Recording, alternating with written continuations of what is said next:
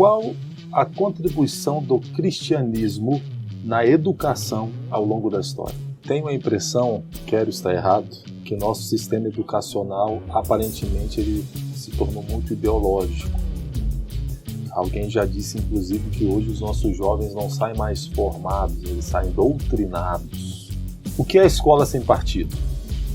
O que é Estado laico? Século XXI, o que vai marcar exatamente a diferença disso é o mais novo ensinando para o mais velho. A integridade do cristão é o maior distintivo que se pode ter no século XXI. Porque quando eu escolho uma profissão, as pessoas escolhem para ganhar dinheiro, para ganhar... Não, você escolhe a profissão para servir a sociedade. E as pessoas esquecem disso. Graça e paz no Senhor Jesus Cristo, sejam todos bem-vindos a mais uma edição do programa De Cristão para Cristão. E hoje com um tema mais que especial: educação, humanização e cristianismo. Qual a contribuição do cristianismo para a educação ao longo da história? Qual a contribuição do cristianismo no processo de humanização ao longo da história? O mundo está em uma constante mudança. Qual foi a contribuição do cristianismo nessas múltiplas mudanças? E será que o cristianismo ainda influencia? O que falar do Estado laico? O que falar do nosso sistema educacional? Laico ou ideológico? É sobre isso que nós vamos pensar no programa de hoje. E a convidada para nos ajudar a refletir sobre esse assunto é alguém não menos especial. Ela é doutora em Ministério e Ensino Teológico pela Universidade de Western, Michigan, Estados Unidos, mestre em Educação pela UEL, graduada em História pela UEL, doutoranda em Educação, é uma potência potencializada, professora Denise Américo. Seja bem-vinda, doutora, ao Muito programa obrigada. De Cristão para Cristão. Muito obrigada pela apresentação. Eu gostei do potencialização, potência potencializada.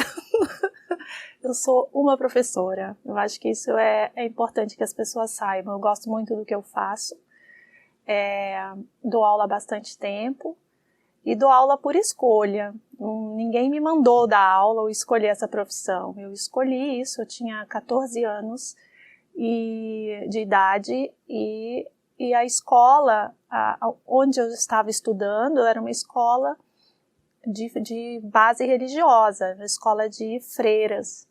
E ali era o meu contato com aquelas crianças, eu passava o dia todo na escola, então isso para mim foi uma descoberta, né? Então eu me vi e hoje eu falo que eu gosto do que eu faço e amo sala de aula. Essa é a minha vida mesmo. Doutora Denise, doutora ou professora? Qual que a senhora prefere? Professora ou só Denise, ok, não tem problema. Vamos lá. Qual a contribuição do cristianismo na educação ao longo da história? Olha, acho que uma das coisas que a gente tem que pensar no cristianismo é que quando a gente olha assim, existe uma tradição ali também, pelo próprio, a gente olhando para o Antigo Testamento, a gente vê uma certa tradição, né, de ensino, de convivência, de família, que isso aconteceu num determinado período, num determinado tempo, espaço, então a gente tem que considerar isso. E quando a gente chega no Novo Testamento e começa a ver o cristianismo, Jesus ali, a prática de Jesus, ela era muito... por mais que eu fale aqui, é muito importante deixar claro para quem está me vendo e ouvindo que não dá para dimensionar essa prática pedagógica de Jesus em palavras, porque é muito maior do que a nossa mente, o nosso pensamento consegue alcançar. Mas uma das coisas que é evidente na prática dele ali no dia a dia era este tempo que ele tinha e fazia do seu tempo também um momento de troca, de escuta, de conversa, de ensino. Então, tudo ali era um motivo para se trazer alguma coisa de útil na vida das pessoas. Então, eu entendo o cristianismo como essa essa grande, vamos dizer assim, essa grande oportunidade, né, de trazer algo que seja útil, aplicável, pensando de uma forma técnica, pedagógica, né, útil, aplicável e transformador, né? E isso que é o mais interessante, porque essa prática de Jesus dentro, né, nesse cristianismo como um todo, ele traz essa questão de ser transformador, né? Então, eu acho que esse foi um grande exemplo, assim. É muito difícil falar de exemplo, porque parece que a gente põe tudo dentro de uma caixa quando fala de Jesus e cristianismo. E não dá para falar de cristianismo sem falar de Jesus, é lógico. Mas tem esse aspecto, né, de ser significativo. Então, a educação ela precisa ser significativa, ela precisa trazer para o outro um sentido, ela precisa incluir o outro, trazer o outro como protagonista daquilo que ele está fazendo na vida dele. Então, não é algo que eu possa só simplesmente reproduzir um modelo, mas precisa ter um significado, sabe? Que leve o indivíduo a uma transformação, a uma percepção de si, do outro, né? Então, eu entendo que o cristianismo ele contribui dessa forma. Né? Excelente. Professora, tenho a impressão que, se nós observarmos pelo viés histórico, ao longo do tempo nós vamos nos desumanizando. A gente vê isso nos noticiários, no dia a dia, naquilo que acontece ali na esquina. A gente percebe. De que maneira o cristianismo nos ajuda nesse processo de humanização, de reencontrar o outro, de nos reencontrarmos? Olha, eu acho que é muito importante falar desse aspecto humanizador. É diferente de humanista. Tá? Quando a gente fala de perspectiva humanista, nós estamos falando de um paradigma. E esse paradigma, ele vem ali logo no final do período medieval, com o Renascimento, onde o foco principal é o homem. Então você tem, eu estou falando de uma forma bem, tem uma série, quando eu falo isso, assim, vem um universo de informação na minha mente, mas é importante que as pessoas saibam que qual o sentido disso nos nossos dias, né? Como que eu diferencio essa questão de ser humanizado e humanista? Então, no tempo aí, voltando um pouquinho dentro da história, este paradigma, ele tem como foco principal o homem. Então, por isso que ele é antropocêntrico, né? Antes, a percepção era teocêntrica, Deus no centro. Ok, são dois paradigmas e a partir desse paradigma, as pessoas passam a buscar a resposta da sua existência, das coisas, do universo, a partir de uma perspectiva científica. Até aí, a própria teologia ela se torna uma ciência para dialogar com as demais ciências. Isso faz parte de um contexto científico humanista. Quando a gente fala de humanizador, numa perspectiva cristã, não tem como você não deixar de olhar para Cristo, né? Então, Cristo precisa ser o centro dessa humanização. Eu posso ser um humanista humanizado, né? Eu posso, hoje se discute muito dentro das ciências, né, de algumas ciências, uma postura mais humanizadora.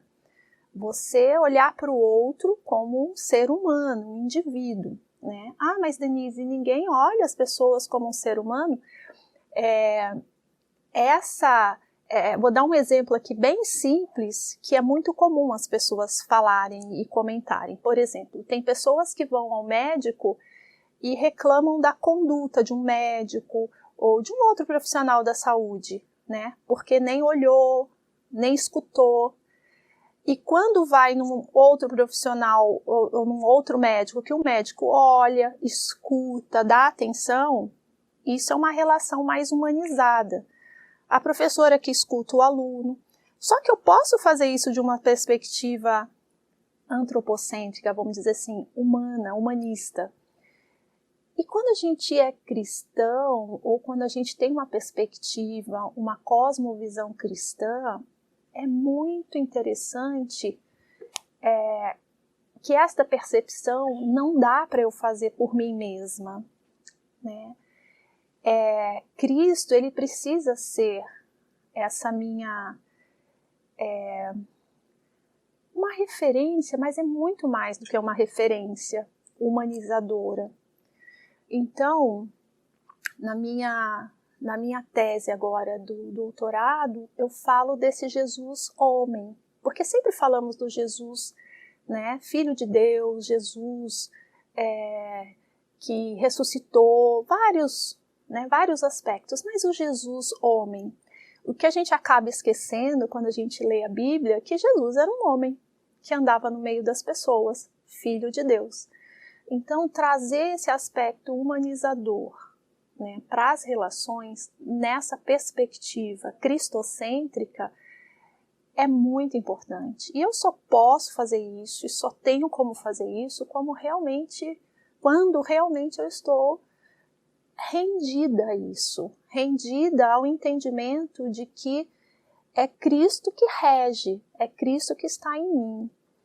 Então, é tão amplo isso, é tão complexo também, mas não é difícil da gente perceber, né, da gente entender.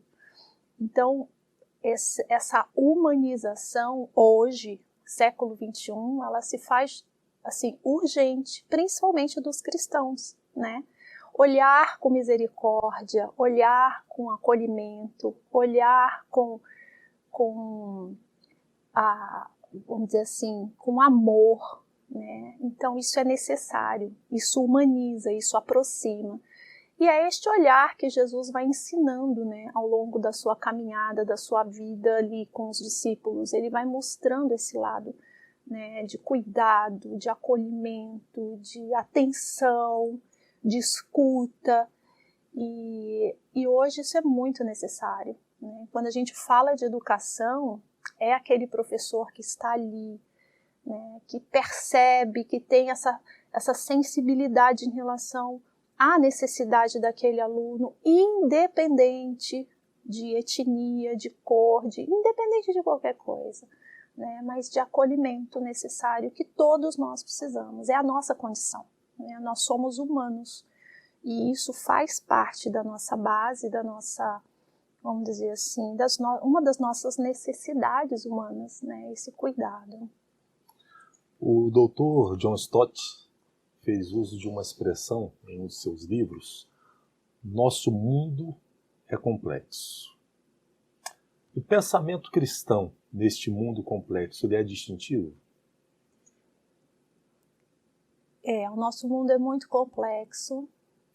John Stott não é uma leitura fácil, mas é uma leitura muito pertinente para o nosso mundo, para o nosso momento. E uma das obras, se eu não estou enganada, essa é a Cruz de Cristo, que ele cita isso. Cruz de Cristo. É a Cruz de Cristo, né, que ele cita isso. E essa complexidade, ela é de extrema importância da gente perceber. Não é abstrair ela e simplesmente reproduzir. Há uma complexidade, pronto, o século XXI é complexo e vamos vivendo a nossa vida dessa forma. E Jesus veio para nos salvar e pronto, e vamos viver Jesus e viver um eterno distante daquilo que nós fazemos aqui, né, nesse momento agora, desse cronos que marca, né, marcado no relógio, né. Então, eu entendo que o senhor falou uma palavra que eu perdi na pergunta. O mundo é complexo. O nosso pensamento cristão, ele é distintivo? Distintivo, né? Ele é distintivo, ele é um pensamento que essa distinção, ela precisa acontecer, ela precisa estar em evidência. Estou entendendo distinção dessa forma, não sei se a gente está no mesmo raciocínio, né? Mas eu entendo que ela precisa ser diferente, o pensamento cristão, ele precisa, assim, de uma certa forma, destacar, mas a gente não faz isso com receitas ou dispositivos ou ideias ou técnicas. Não, a gente faz isso com vida, vivendo isso, e vivendo isso de uma forma íntegra com Cristo. A integridade do cristão é o maior distintivo que se pode ter no século XXI. Né? E eu estou falando de coisas aqui que talvez são coisas subjetivas, são coisas relacionadas à filosofia, sei lá, né? Mas não tem como caminhar com Cristo, até porque nós podemos ser pessoas exemplares, né? Vivendo na raça ali e não ter vida nenhuma, não transmitir nada disso. Então, eu acho que a grande característica nesse momento, aí, nessa complexidade toda, é essa integridade.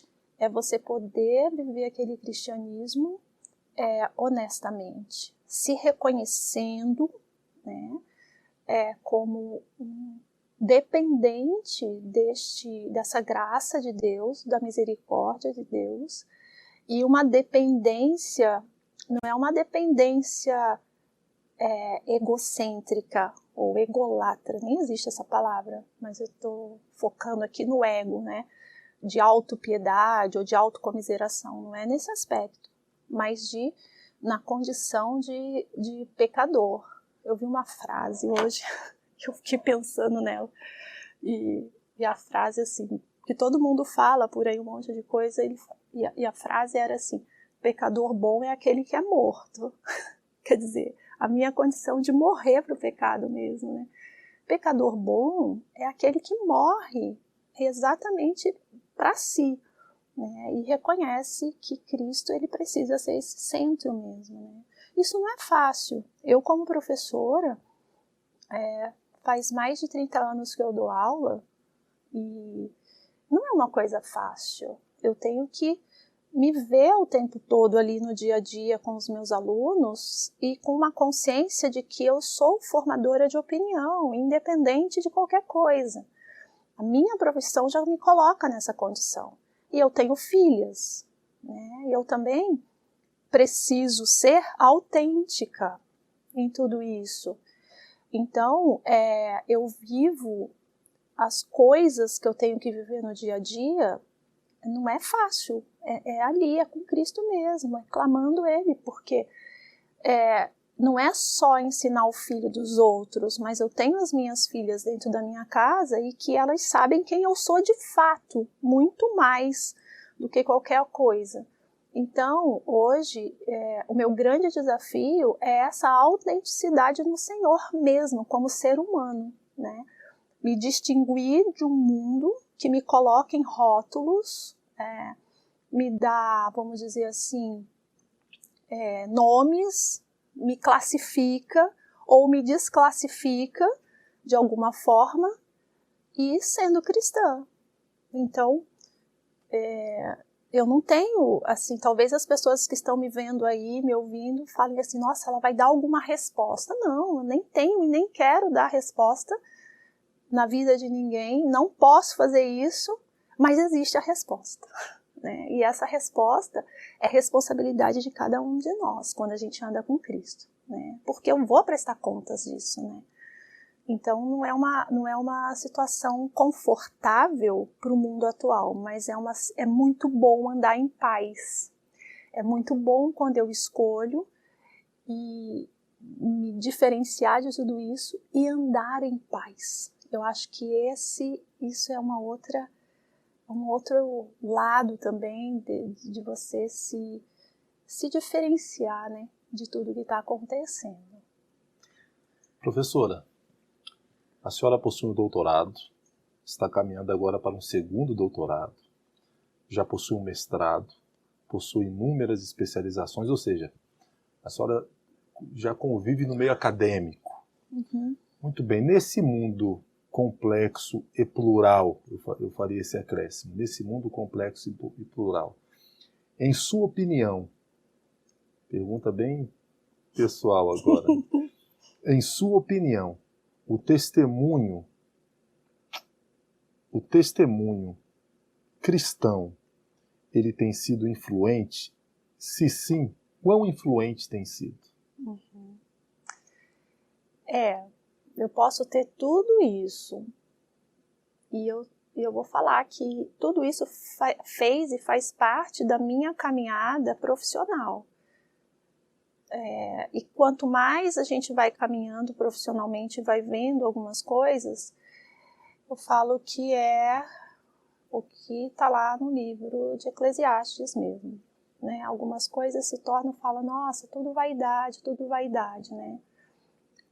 Não é a vaidade no sentido de você começar a descobrir que nessa caminhada você precisa olhar para outras coisas.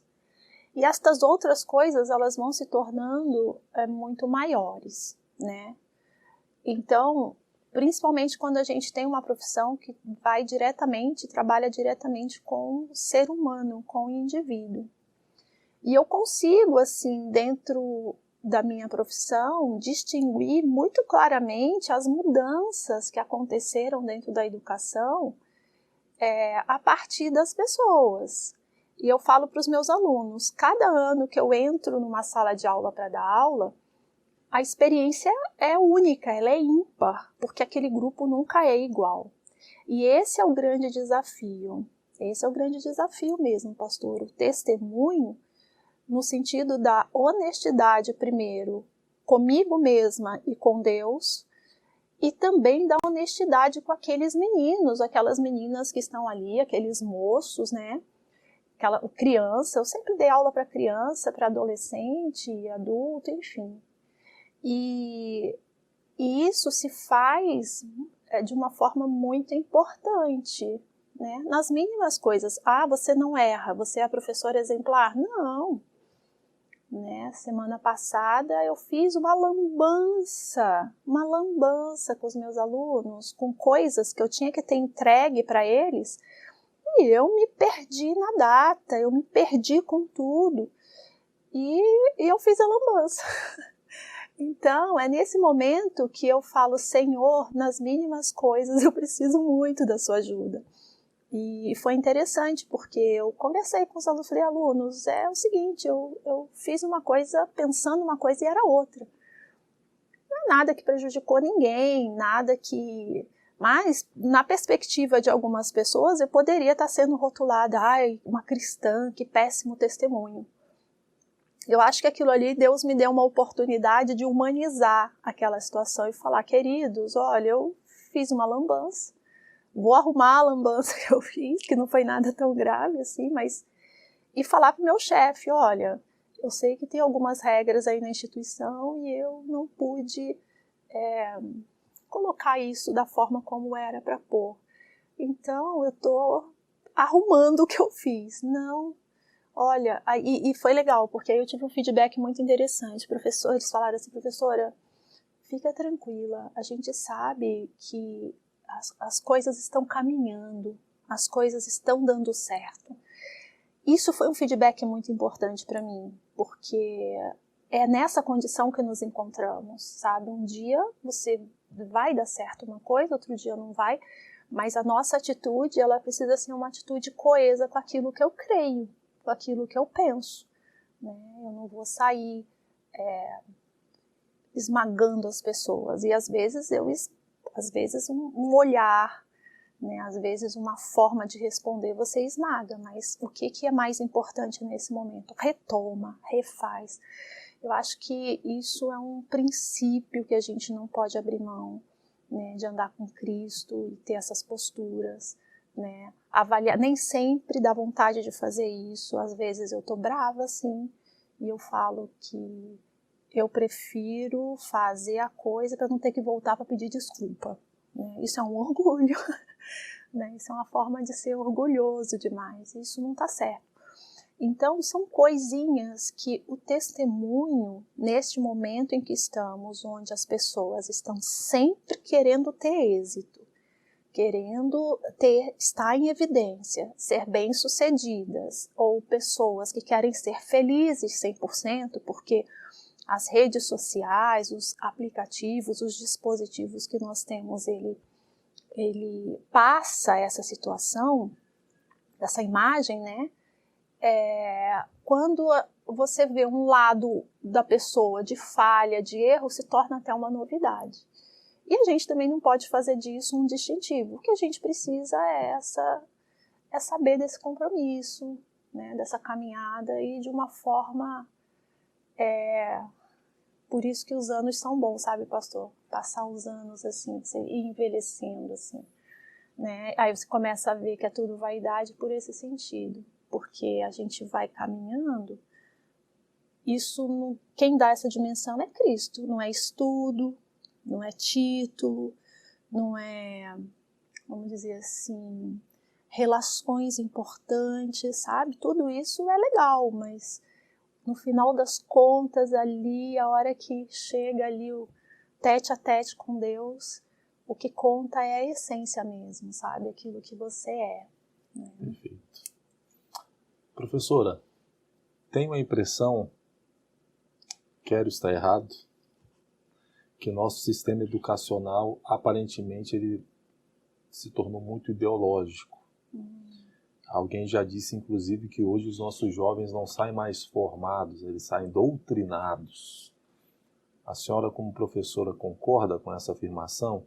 E se sim, como que nós cristãos podemos agir ou reagir quanto a isso? Se sim ou não,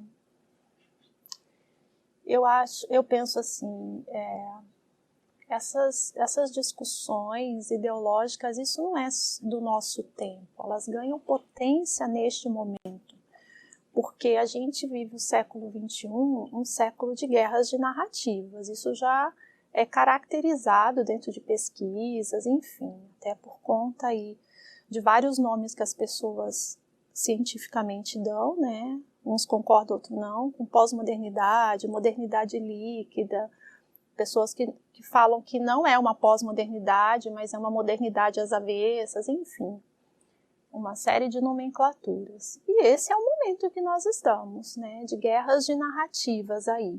Né, tanto que as fake news, elas ganharam, né, muita força aí de um tempo agora. Existem regulamentações legais, algumas coisas que já estão aí rodando. E concordar com isso é dizer que é desqualificar o meu trabalho ou o trabalho de outros professores que eu sei que tem uma preocupação muito grande, não com esses discursos, sabe, polarizados, porque isso passa, isso vai passar, né? E a gente não está aqui para ficar perdendo tempo com essas polarizações, até porque não é isso que vai me trazer nenhum tipo de nada com Deus, eu só vou perder tempo, né? E o que eu vejo que é grande, é muito importante a gente entender, é o que, da mesma forma que existe o discurso, né, de que muitos meninos saem doutrinados das escolas, outros setores, outras instituições também acabam exagerando, não sei se é a palavra, acho que não, acho que eu estou usando uma palavra muito fora, mas agindo da mesma forma. Né?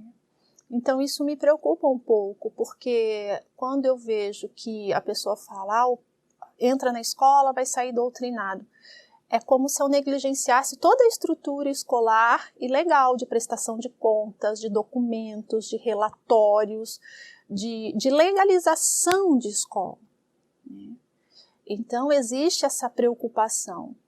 Engraçado porque assim, eu sempre, esse tempo todo dando aula, e quando começou muito esse discurso, eu nunca tive assim embates de alunos comigo e de nenhum lado. Pelo contrário, eu acho que aquele espaço ali é um espaço que a gente tem que conversar sobre estas coisas, e sempre foi conversado, né?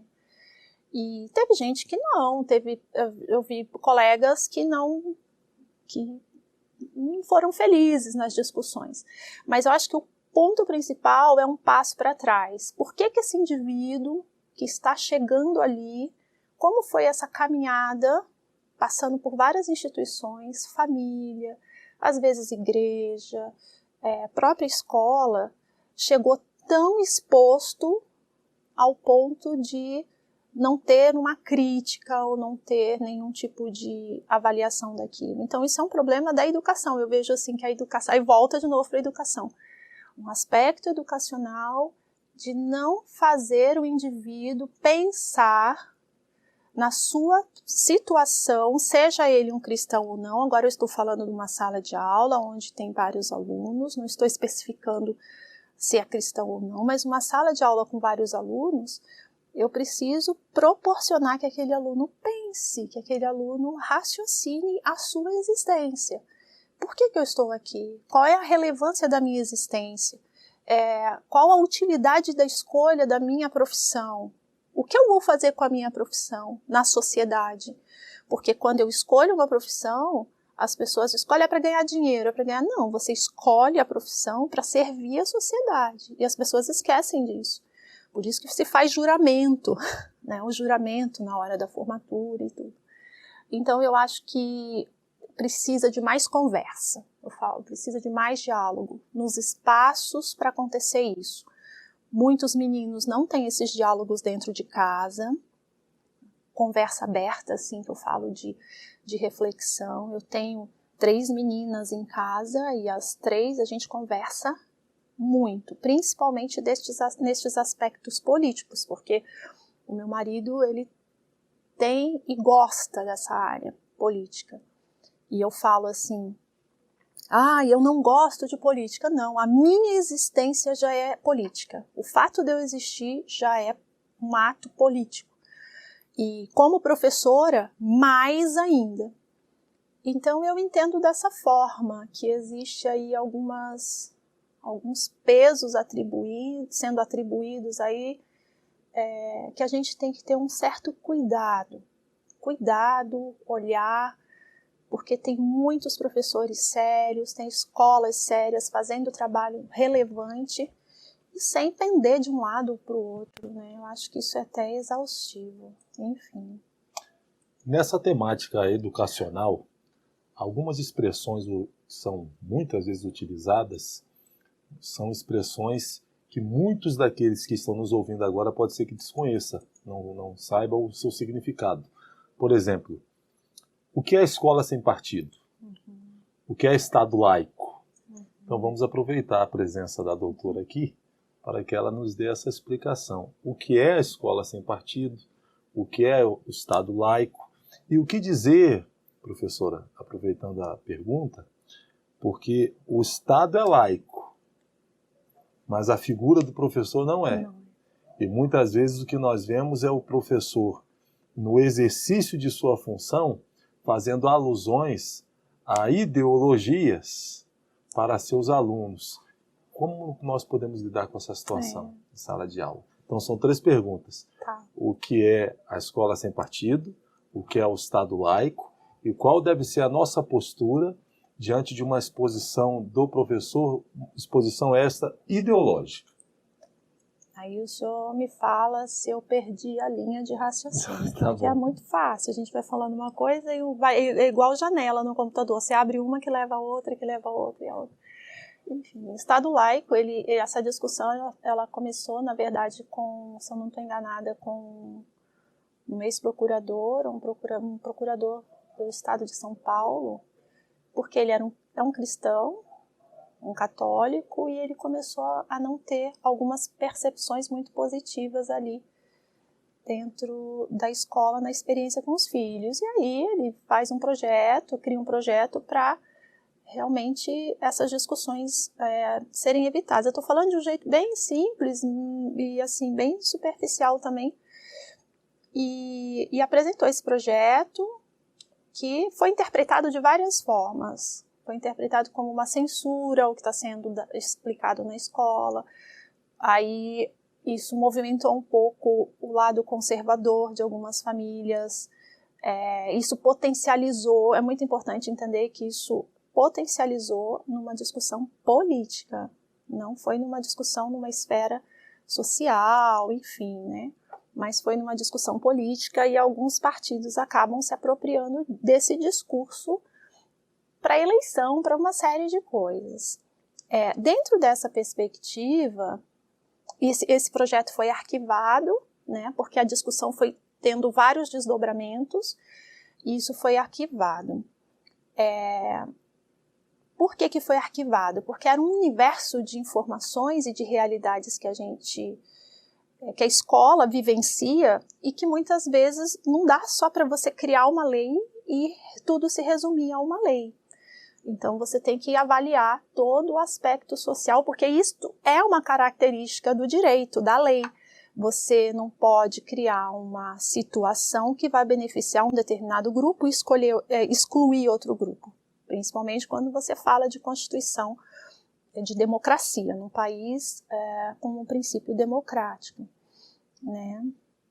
Mas aí entra um aspecto que foi muito interessante, que eu falo que é sempre esse movimento, ele vai mostrar um outro lado, que existem famílias preocupadas e que estão atentas ao que está acontecendo ali dentro das escolas porque foi o ponto principal dessa discussão, né? E as famílias começaram a se mobilizar, né, se preocupar. E que era uma preocupação que é interessante, há muito tempo, vamos dizer assim, quando a gente fala de educação, de história da educação, há décadas passadas, assim, este espaço escolar, ele era tido com muito respeito. Muitas famílias, o professor era uma voz assim, muito forte dentro das famílias, né? E essa percepção, ela foi sendo desconstruída até pela própria condição social da nossa realidade de sociedade, né? Então, ela culminou com essa situação. Isso. O Estado é laico por quê? Porque ele não pode pender para nenhum tipo de discurso, de direita, de esquerda, de religião X ou Y, essa é a ideia, né? O laicismo, ele vem para atender a todos. Então, aí gera um conflito, porque você tem realidades hoje, como eu disse anteriormente, a gente tem aí uma guerra de narrativas, pessoas que antes não eram escutadas dentro dessa sociedade, então a gente fala das minorias, pessoas que passam que não são assistidas de alguma forma e que começam a ganhar, né, seus espaços, sua voz. Então isso vai culminando com várias percepções, com vários olhares, várias posturas aí nesse momento. Quem está certo? Inclusive os cristãos. Então nós temos os cristãos, nós temos as minorias, as pessoas excluídas, as mulheres, nós temos a questão do negro, várias situações acontecendo. Isso é bom, isso é ruim, isso está certo ou está errado. É muito difícil você colocar tudo isso dentro de uma caixa e sair dizendo isso está certo, isso está errado, isso pode, isso não pode. Pode ser dito isso, não pode ser dito aquilo. Até porque, no nosso momento, você não tem como controlar isso, né? E é difícil como cristão falar sobre isso. É muito mais fácil o cristão falar: eu não me envolvo em discussões políticas, eu não vou opinar por uma coisa nem a outra coisa. É muito fácil cristão. Só que a omissão também é uma postura política, né? Então é como se a gente tivesse que a todo momento ter que assumir alguma coisa porque alguém está falando. E é aí que eu falo que o cristão e as pessoas, a gente não tem essa obrigação. Eu sempre falei para os meus alunos assim: eu não tenho essa obrigação com ninguém de ter que ficar me posicionando para que o outro veja quem eu sou, para que eu convença o outro de que aquilo que eu falo é aquilo realmente. Não. Eu preciso estar convicta de onde eu estou falando, de quem eu estou falando. A minha grande convicção hoje eu sou cristã. Isso eu nunca neguei, né? E é isso que nós não podemos negar quando a gente fala de comunidade cristã. Tem um livro muito legal que foi lançado, por um antropólogo. Eu esqueci o nome do livro, às vezes eu esqueço mesmo o nome do livro, troco os autores, mas o que eu vou falar aqui não é difícil. Saiu até uma reportagem na Folha de São Paulo, de uma pesquisa que ele fez, foi a tese também de doutorado, e essa tese ele fala que o lugar que mais se tem políticas, vamos dizer assim, tivesse que dar um nome de políticas públicas funcionando, são dentro das igrejas evangélicas das periferias. Por quê? Porque ali a comunidade se organiza e se ajuda, independente de quem é aquela pessoa que precisa de ajuda.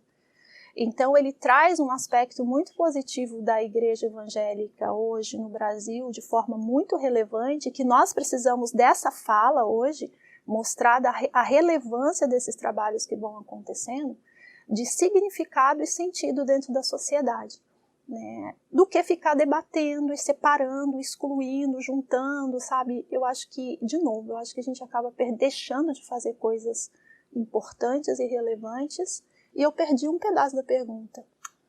Que era terceira. A nossa reação quanto à informação ideológica passada pelo professor, tendo em vista que a senhora, pelo que eu percebi, assume uma postura bastante idônea e laica em sala de aula.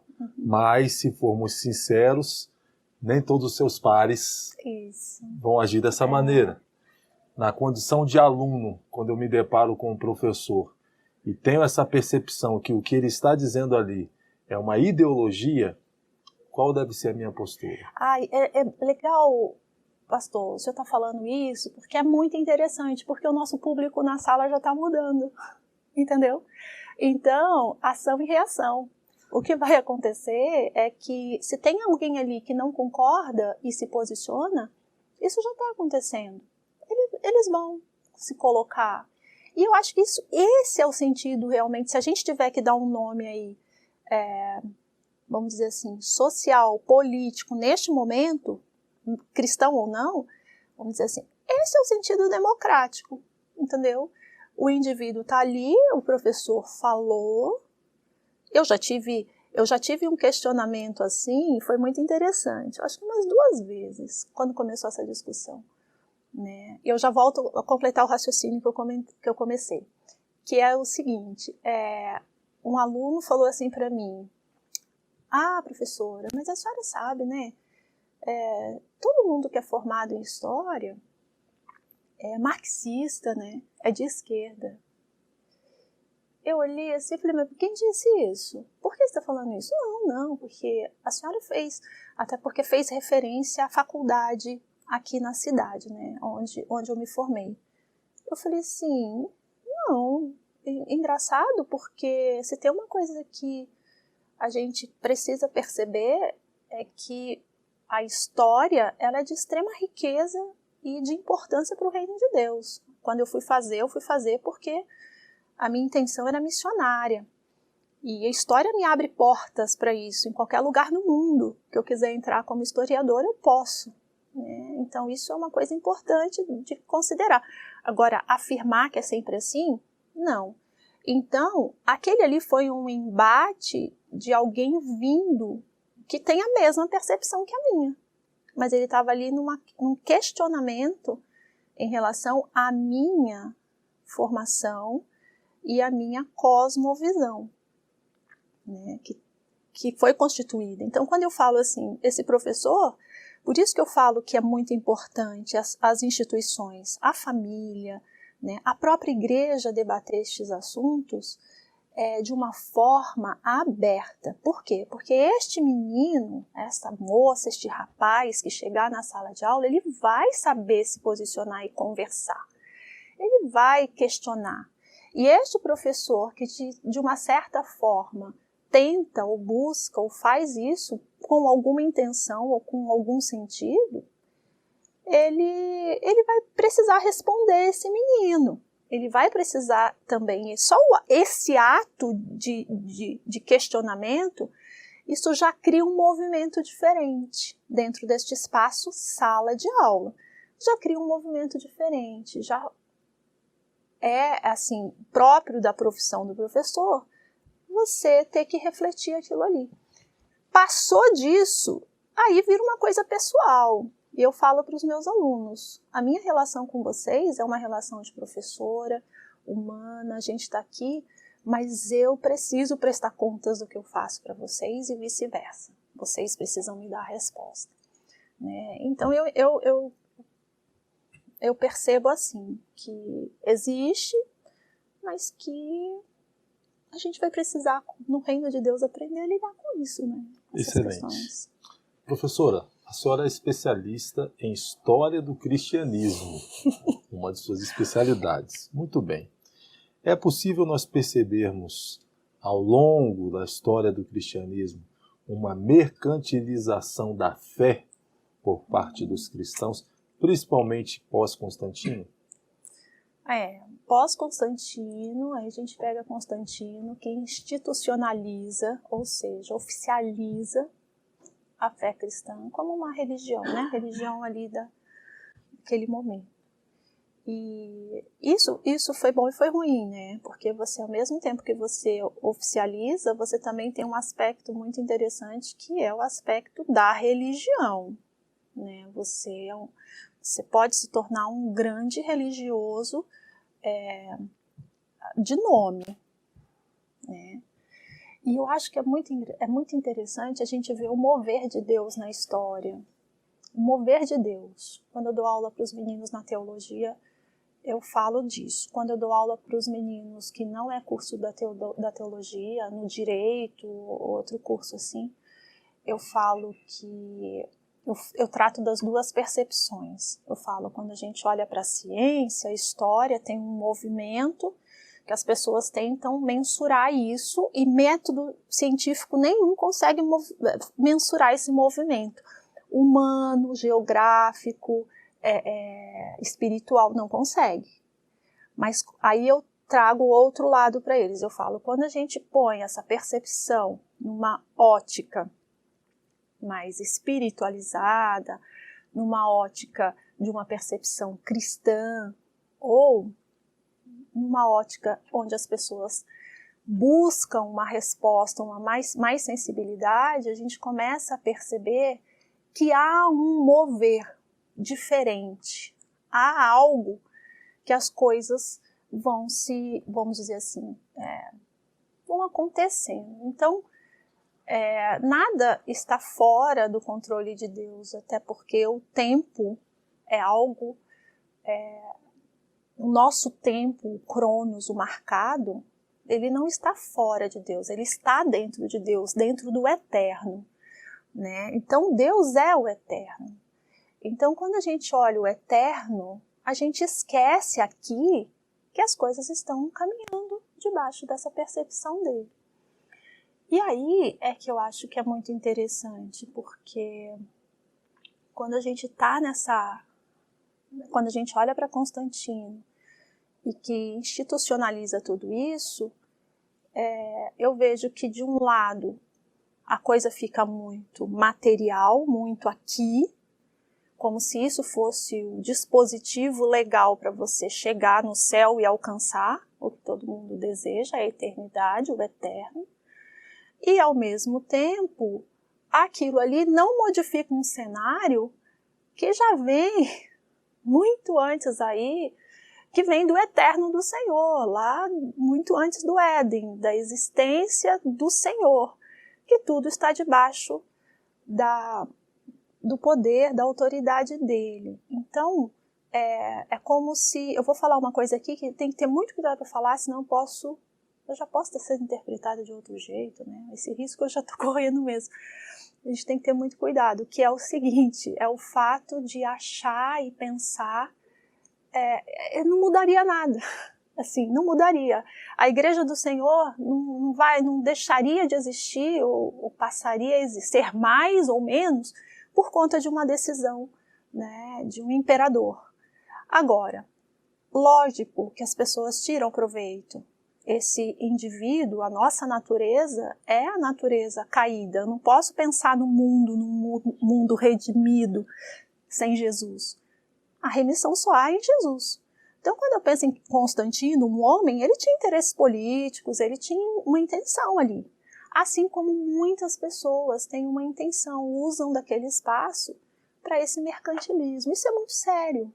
Isso é muito sério, né? As pessoas acham que hoje em dia, né, que Jesus faz delação premiada, né, que eu começo a falar com ele ali e eu vou fazendo barganha com ele para... Não tem barganha. O que tem é fato, aquilo que eu estou fazendo, eu sou responsável por aquilo. Se não tiver uma percepção clara disso, eu vou colher sim daquela situação, né? Eu creio que Deus é muito misericordioso quando eu olho para a vida de Jó, né? A misericórdia, a graça dele, mas em nenhum momento ali Jó ficou lutando em querer as coisas. Jó finaliza e fala, olha, eu chego aqui dizendo que eu conheci o Senhor de um jeito, mas agora eu ando com o Senhor, né? E a restituição ali na vida de Jó não era nada em vista do que a grande descoberta que ele fez, que foi andar com o Senhor. Então é lamentável quando a gente vê as pessoas tirando proveito do reino de Deus. É muito triste você ver comunidades, pessoas, agora especificamente algumas igrejas que lucram com isso, e você vê uma comunidade às vezes carente, precisando de cuidados. Eu acho isso assim muito triste, e a minha posição ela é bem crítica em relação a essa questão desse mercantilismo, desde as coisas institucionais até na vida particular de cada um, sabe, nas trocas de bênção, dessas coisas. Não acredito que isso seja uma forma da gente dar até um bom testemunho, sabe? É isso. Excelente. Nós vivemos em uma modernidade líquida, onde a sociedade se apresenta de forma complexa, de forma plural. Como que nós, cristãos, podemos influenciar essa sociedade? Sim. Essa expressão modernidade líquida, ela vem com um autor chamado Zygmunt Bauman, e foi muito interessante, porque o Bauman, ele faleceu, se eu não estou enganada, em 2016, com 80 e poucos anos, e um homem com uma clareza da realidade social, assim, da sociedade. A área dele é sociologia, filosofia, história, humanas, né?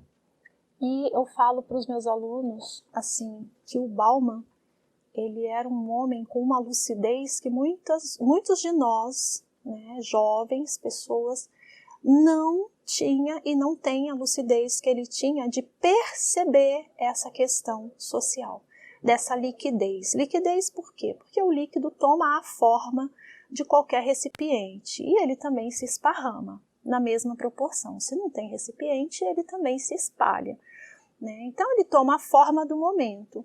E isso é muito preocupante, porque ao mesmo tempo que você toma a forma, você desforma alguma coisa, né? Isso num aspecto bem negativo, né, desse momento em que a gente está. Então as coisas se tornam muito voláteis, tudo muito efêmero, as coisas escapam muito rápido. Então tudo se torna muito, assim, aparece e desaparece. Então desde de gosto que a pessoa tem, até mesmo nas relações. As relações, elas passam a ser muito instantâneas, às vezes vinculadas a um tipo de interesse ou nenhum tipo de relação. E as pessoas que tentam se conectar, às vezes, e não conseguem, elas também se tornam pessoas sozinhas. A segunda parte aí, que era... Como que, na posição de cristãos, podemos influenciar?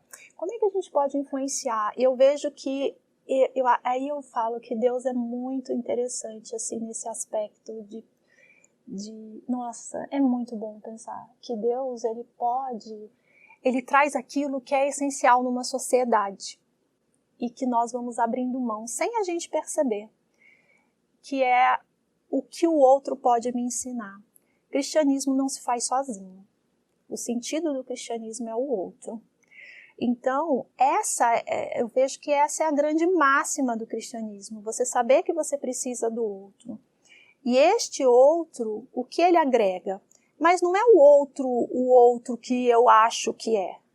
É o outro que está ali no corpo de Cristo, o outro todos. E a base da natureza é essa, o mais velho ensina o mais novo. Isso é básico.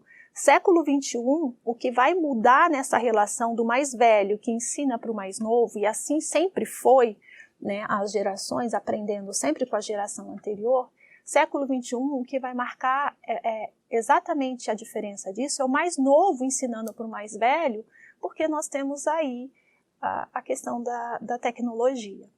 Né? Então isso desconfigura um pouco essa relação. Mas é nesta convivência que eu falo que é a grande oportunidade que nós temos. Se a gente conseguir olhar isso, talvez fale, nossa, a professora está olhando de uma forma tão romântica, a sociedade é linda, os amigos, é tudo lindo, é tudo lindo. Não é nada lindo, não é nada fácil, mas é necessário enxergar e perceber isso, né? Que existe essa realidade, que existe esse menino que sabe muita coisa, mas a presença do mais velho, ela é essencial nessa sociedade, ela tem uma relevância de extrema importância e nós não valorizamos este mais velho, a pessoa que já tem mais experiência. Nós estamos no momento em que as pessoas mais experientes, elas se tornam um problema, ou não sabe nada, né? E não é isso. E são estas experiências que vão me trazer essa dimensão, essa diferenciação. Eu sempre trabalhei com teatro, pastor, na igreja, ministério de teatro, sabe? Eu sempre gostei muito disso. Na minha família tem meu irmão que é ator, né? Então, e um grande desafio que eu achava, isso para mim foi o maior aprendizado do teatro, era ter um grupo de teatro onde eu tinha muitos meninos, crianças ali, criança mesmo de 8, 9, 10 anos, adolescentes, jovens e pessoas mais velhas. Então tinha senhores e tinha senhoras. E era muito bom aquilo, porque todo mundo precisava conviver. E um ensinava o outro. A gente aprende com o outro e a gente ensina o outro, sem necessariamente ter que ficar, olha, vem aqui que eu quero te dar uma orientação para a vida. Não era esse discurso, era a convivência que nos ensina ao respeito, à admiração, ao acolhimento, ao cuidado. Este é o grande ensinamento de uma geração para outra. Mas se a gente não estiver atento a isso, a igreja também entra nessa engrenagem e aí acaba excluindo, né? Acaba vivendo a engrenagem dessa liquidez, de tudo efêmero. A moda agora é essa, vamos fazer esse tipo de discussão, vamos debater tal assunto e pronto. Então é uma coisa que a gente precisa prestar um pouquinho de atenção, né? Excelente. Em outras palavras, você sozinho pode ser templo do Espírito Santo, mas sozinho você não é igreja. Para ser igreja, envolve você, envolve Deus, envolve mais um. Movimento feminista. Como a senhora avalia o movimento feminista e sendo uma mulher cristã? Qual o seu posicionamento quanto ao movimento feminista? Olha, é engraçado, né? Porque é muito difícil falar disso numa sociedade que muitas mulheres sustentam as suas casas. Então, de novo, a gente cai um pouco naquilo das pessoas colocarem, né? Assim, você está falando isso porque você é feminista. Você fala isso porque eu defendo a causa das mulheres, enfim. Eu venho de uma família, o contexto onde eu estou, minha mãe criou 4 filhos sozinha. Meu pai e minha mãe se separaram, eu tinha 10 anos. Quem cuidava dos meus irmãos era eu, com 10 anos. E a partir desta realidade, eu comecei a conviver com pessoas com uma vida muito semelhante à minha. Quando eu chego na adolescência, que eu saio do Rio de Janeiro e venho para Londrina, as minhas melhores amigas são 5 meninas, porque o colégio era de meninas, de freiras, né? Só estudavam meninas ali. 5 meninas, todas criadas pela mãe, com os pais separados. E então, você é feminista, né? Você é... Não, eu sou uma mulher hoje, mas que desde os 10 anos eu precisei aprender muita coisa. Aprender a cuidar de casa, aprender a cuidar dos meus irmãos, aprender a conviver, né, num ambiente onde eu via, ainda bem que eu tinha irmãos, porque os meus irmãos me ensinavam muita coisa. Eu via muita coisa que eu aprendi ali com os meninos, né? Como pensavam, como reagiam a alguma coisa. Aí eu fui, com 18 anos, eu fui para a igreja e na igreja eu via a maioria dos ministérios sendo desenvolvidos pelas mulheres, né? Escola, convivia com mulheres, porque já é uma profissão de mulher, né? A maioria são mulheres, então, e sempre nesse universo, né? O meu marido, a presença feminina na vida dele é grande pela avó que cuidou muito dele, porque a mãe trabalhava fora. Então, a gente está falando de uma realidade social.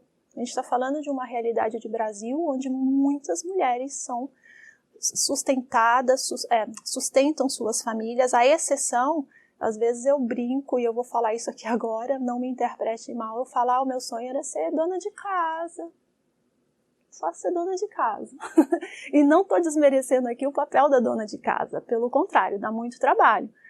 Mas a vida toda eu sempre trabalhei e sempre trabalhei dentro da minha casa, fazendo as minhas coisas. Nunca deixei ninguém me desrespeitar, meninos ou meninas. E hoje eu vejo muitas posturas, assim, sim, machistas, mas vejo exageros também da parte das meninas, das mulheres, né? Então, eu também não tenho muita disposição para isso, não. Eu acho que se eu fosse para um movimento feminista, elas iam me chamar de conservadora, e se eu vou para um movimento conservador, elas vão me chamar de feminista. Então, eu não me preocupo com isso. Eu sei... como mulher, e eu crio 3 meninas, né? Então são 3 meninas que a minha grande preocupação com elas são as escolhas que elas vão fazer. Então o tempo todo meu foco é esse, vocês estudem, vocês tenham uma boa profissão e saibam que as escolhas que vocês fazem são responsáveis por elas, entendeu? Então não fico...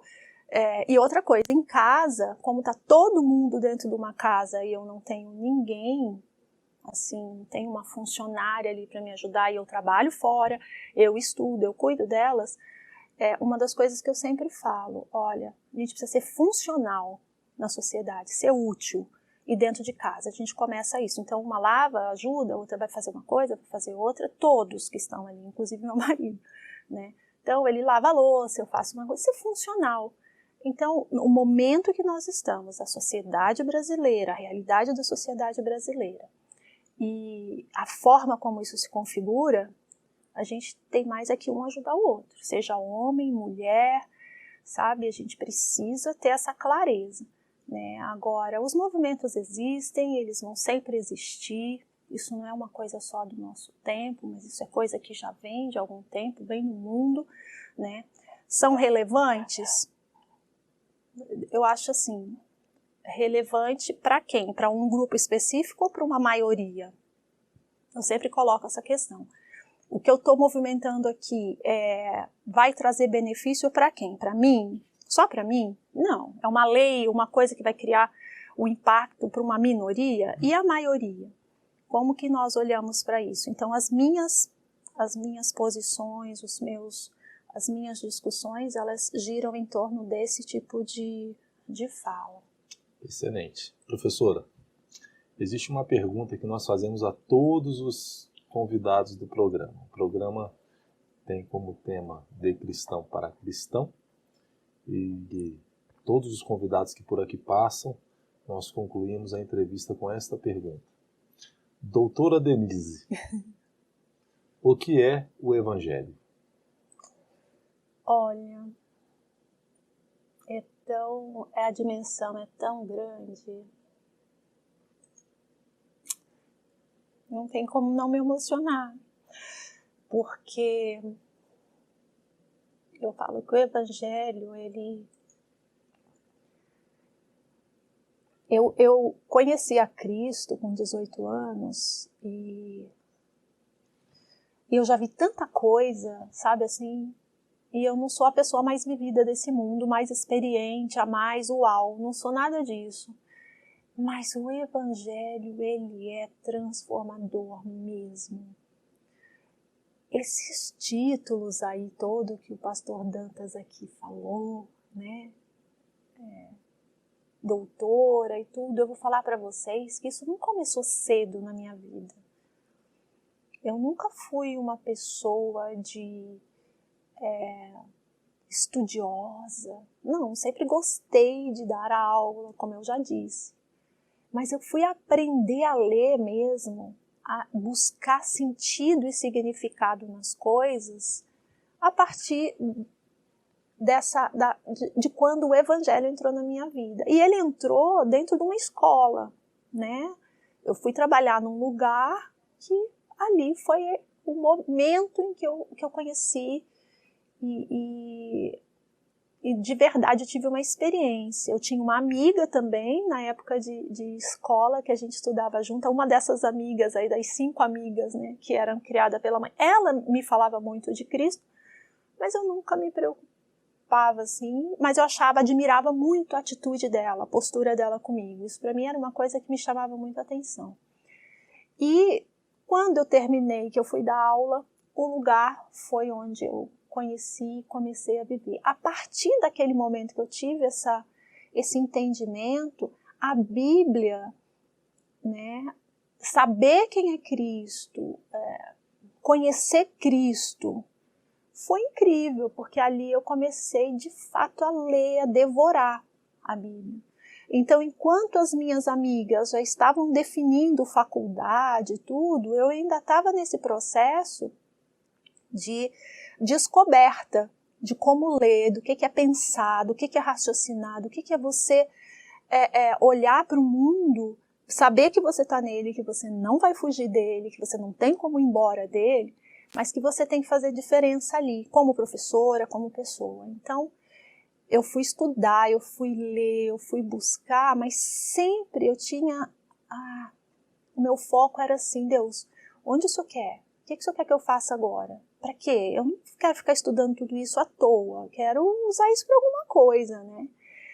E então eu vejo o Evangelho como realmente algo que transforma, que potencializa a nossa vida, sabe? Que traz pra gente respeito, eu não sei se é a palavra, mas traz pra gente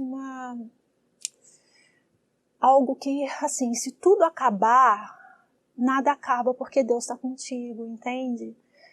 Se as coisas não fizerem sentido, assim, as coisas que eu falo no seu entorno, as coisas mesmo materiais, se aquilo não fizer sentido, o Evangelho traz sentido para a sua vida. Mesmo que aquilo, você olha para aquilo e fala assim, tá, isso aqui não tem sentido, não tem mesmo, porque o Evangelho, ele potencializa isso, né? Ele traz essa vida.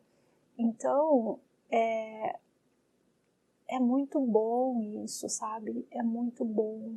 Eu sempre que eu estou em sala de aula, eu trago esse ponto de discussão. Qual é o sentido da sua existência? Não tem sentido nenhum se você realmente não tem Cristo, se o Evangelho não está ali na tua vida. E eu não sou a minha pessoa mais correta, mais certinha do mundo, mas eu falo que isso foi transformador, foi muito transformador. dos 18 anos, que foi a idade, né, que eu me converti, para cá, eu não posso dizer que as coisas aconteceram na minha vida ao acaso. Não. O Senhor, sabe, conduziu cada situação, e situações difíceis, situações de perrengue mesmo, daqueles que a gente às vezes não quer, mas Deus estava ali. Então isso é um aprendizado para mim o tempo todo, é vida mesmo, sabe? É a vida. Professora, muito obrigado. Nada. Obrigado pela riqueza do conteúdo que a senhora disponibilizou para nós hoje. A senhora conseguiu ampliar a intenção da minha pergunta e ressignificar conceitos aqui. A senhora nos elevou a alturas assim que eu não tinha pensado na perspectiva que a senhora nos elevou. Muito obrigado pela excelência de cooperação que a senhora nos presenteou hoje. Deus te abençoe muitíssimo, abençoe sua família, abençoe o seu ministério, abençoe seu trabalho, suas filhas, seu esposo, e continue sendo luz onde a senhora estiver. Amém. Que o amor de Deus, a graça de nosso Senhor e Salvador Jesus Cristo, a comunhão e as consolações do Espírito Santo seja com todos vocês, não só hoje, mas para todos sempre. Um beijo no coração e até o próximo programa, se assim Deus permitir. Deus abençoe. Amém.